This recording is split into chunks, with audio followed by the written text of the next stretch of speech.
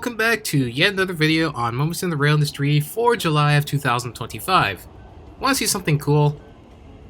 I officially have a full body character that you'll obviously be able to see. Anyways, without further ado, let's get in with it because there's a lot more, and I know I've been saying there's a lot in a lot of Moments in the Rail Industry videos, but there is a lot. Starting off with outside of Canada and the US, we have Mexico. One of Mexico's imported HSTs, which they use for service, hit a truck and absolutely got destroyed. This really highlights the difference between Europe and North America's trains.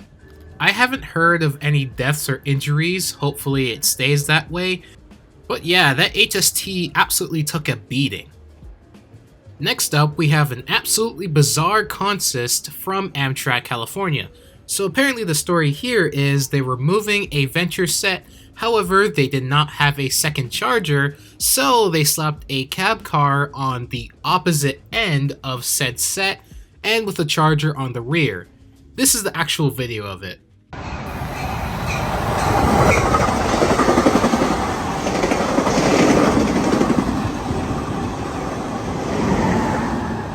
Quite bizarre, and of all cab cars, it just so happened to be 8306, the cab car with a P5.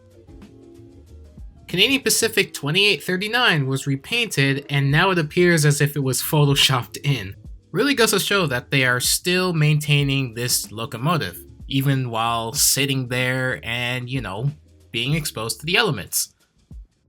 BC Rail 4609, the last active CAL unit, was spotted in Winnipeg. The unit was surprisingly cleaned out by the Transcona shops in Winnipeg, so that's pretty interesting. Its destination is supposed to be BC again, so as of now it's in one of three places, still in Winnipeg, en route to BC, or in BC. It's heading to a museum, so yeah. A CN train derailed in Paris, Ontario. I know, not very shocking, not a really newsworthy thing, but because of this derailment, it led to something very historic. A CN train went on the Guelph sub.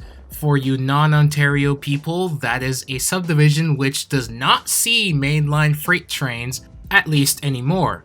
This is actually very historic considering the fact that the last time a mainline freight train ever went on this subdivision was in the late 1980s. The derailment, of course, also led to VIA trains either being cancelled or being rerouted across the Guelph sub. The only train that was regular to the Guelph sub was VIA 84 and 87. And of course, all of those trains were super late. Amtrak Cascade's first Siemens set has been out, or, taken out of the... You get what I mean, okay? The set was taken out of the Siemens plant and has headed to Pueblo, Colorado, I could never pronounce that properly, for testing.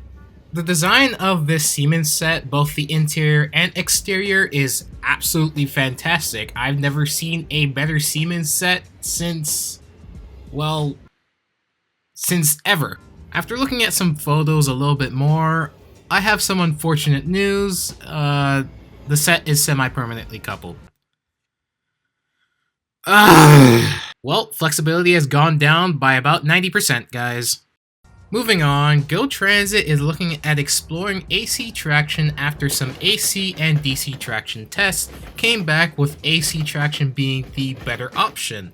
As of now, they're still looking at better testing and are still looking at this, but as of the beginning test or the first test, AC traction seems to have won that. It seems like they're mirroring what Class 1s are doing, specifically CN with their ST75i ACC and AC44 C6M. EXO officially tested their first Siemens Charger locomotive number 1400.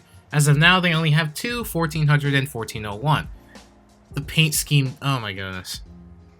This is objectively the worst paint scheme I've ever seen. It's just gray and black. Mostly gray.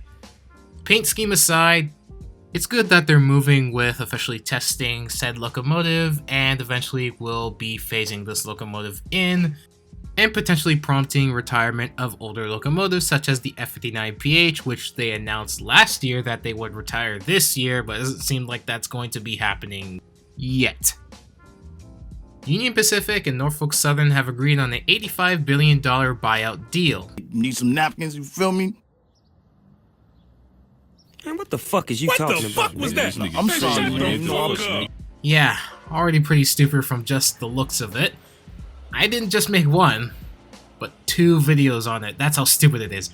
If you want the broader explanation, watch those 2 videos, but in short terms, Union Pacific is buying out Norfolk Southern, the name is gonna stay the same, Union Pacific, it's gonna be hell, yeah. And it's funny because the day they announced it, their stock dropped like a Lego train falling off a bridge.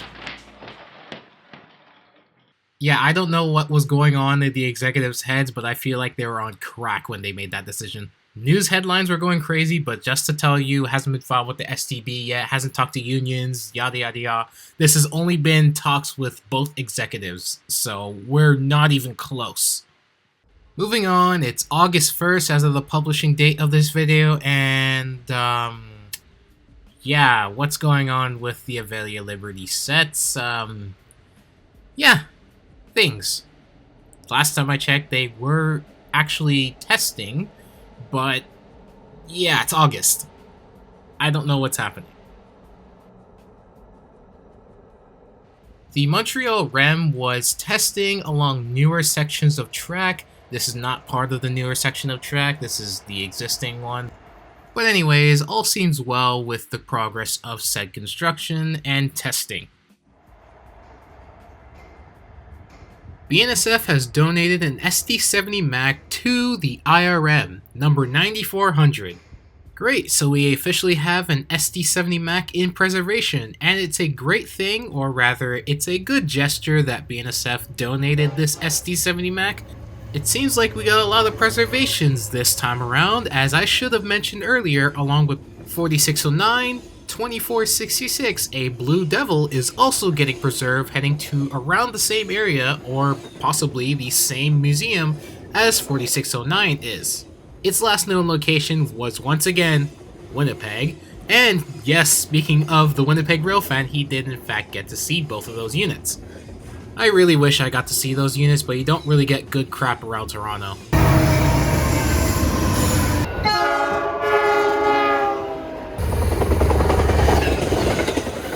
Okay, maybe I was lying. Here we have a Caltrain F40PH along with what looks to be some gallery cars in Peru. Yep, they finally made it. And from word of mouth, apparently, it derailed. Not a great start, but you know, they officially have something modern to them. Some more units across America have been repainted for the 250th anniversary of America. Ugh, not exactly a great time, I know, but still, it is interesting that we get to live at this moment to see the 250th anniversary of America. And you know what they say, empires only last about 250 years. Oh boy. One of NJT's ALP-46s had a little bit of a pantograph problem. The pantograph snapped, and well, now we're here. This is not the first time, as it has happened inside Penn Station as well. Really giving off Diesel 10 vibes.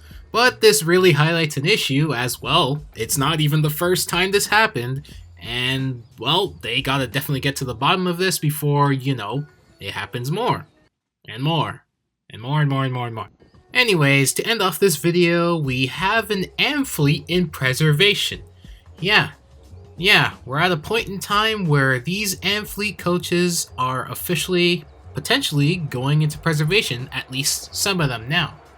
Yeah, we're at a point where either the Amfleets are going to be retired, potentially scrapped, preserved, or, as you know, Phase 7. I feel like we are definitely in a transitional era between older and newer equipment and just in general fleets happening across North America. But anyways, that'll pretty much bring an end to this Moments in the Rail Industry video. I hope you enjoy this information I spewed upon you, and I hope you have a great day. See ya! For the safety of yourself and those around you, stand well back from